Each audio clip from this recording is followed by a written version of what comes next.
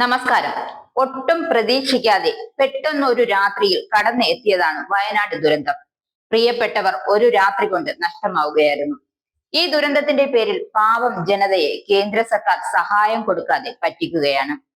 സഹായം ഇന്ന് കൊടുക്കാം, നാളെ കൊടുക്കാം, അല്ലെങ്കിൽ കൊടുത്തു എന്നൊക്കെ പറഞ്ഞാണ് കേരള ജനതയെ കബളിപ്പിക്കുന്നത്. ഒരു ലേശം ഉളുപ്പുണ്ടെങ്കിൽ ഇത്തരത്തിലുള്ള കള്ളത്തരങ്ങൾ പറഞ്ഞ് പറ്റിക്കുമോ? വെറുതെ ഇല്ലാത്ത കള്ളങ്ങൾ പറഞ്ഞ് കേരള ജനതയെ പറ്റിക്കുകയും ഇതോടൊപ്പം കേരള സർക്കാരിന്റെ മുഖത്ത് കരിവാരി തേക്കുക എന്നതാണ് ലക്ഷ്യം. പക്ഷെ ഒന്നോർക്കുക, ഇത് ഇരട്ടച്ചങ്കൻ നയിക്കുന്ന സർക്കാരാണ്. കേന്ദ്രം എന്ത് തേപ്പ് കാണിച്ചാലും അതിനെയൊക്കെ മറികടക്കാനുള്ള കഴിവ് നമ്മുടെ കേരള സർക്കാരിനുണ്ട്.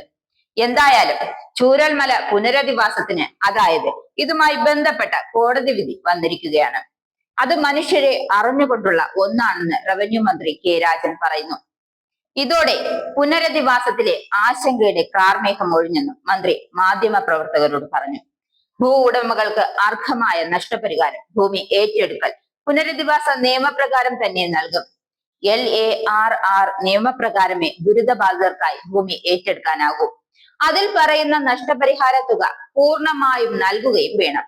നടപടിക്രമങ്ങൾ പൂർത്തിയാക്കി വരുമ്പോഴേക്കും കാലതാമസം വരുമെന്നതിനാലാണ് ദുരന്ത നിവാരണ നിയമം കൂടി ഉപയോഗിച്ച് ഭൂമി ഏറ്റെടുക്കൽ വേഗത്തിലാക്കാൻ സർക്കാർ തീരുമാനിച്ചത്.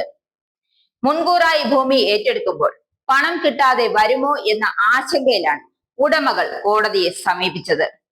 ദുരന്ത ബാധിതരുടെയും വയനാട്ടിലെ സർവകക്ഷി യോഗത്തിന്റെയും അഭിപ്രായം അനുസരിച്ച് മേപ്പാടിയോട് ചേർന്ന നെടുമ്പാല എൽസ്റ്റോൺ എസ്റ്റേറ്റുകളാണ് ഇതിനായി സർക്കാർ നിശ്ചയിച്ചത്.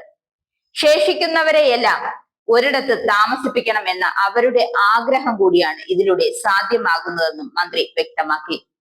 കോടതി വിധിയുടെ പശ്ചാത്തലത്തിൽ പുനരധിവാസ പ്രവർത്തനങ്ങൾ ഉടൻ ആരംഭിക്കും. ഇതിനായുള്ള നടപടികൾക്ക് പ്രത്യേക മന്ത്രിസഭ നേരത്തെ തന്നെ ചേർന്നിരുന്നു. ഇത് തത്വത്തിൽ അംഗീകാരം നൽകുകയും ചെയ്തു. അടുത്ത ദിവസം യോഗം ചേർന്ന് തുടർ നടപടികൾ തീരുമാനിക്കും.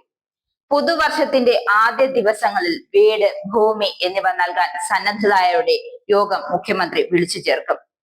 പുനരധിവാസത്തിന്റെ ഭാഗമായി ദുരന്ത ബാധിതരുടെ ആദ്യ പട്ടിക വയനാട് ജില്ലാ കളക്ടറും ജില്ലാ പഞ്ചായത്ത് പ്രസിഡന്റും ഉൾപ്പെടുന്ന DDMA പരിശോധിച്ചിട്ടുണ്ടെന്നും മന്ത്രി വ്യക്തമാക്കി. എന്തായാലും വയനാട് പുനരധിവാസത്തിന് ഇനി അധികം ദിവസം വേണ്ടിവരില്ല.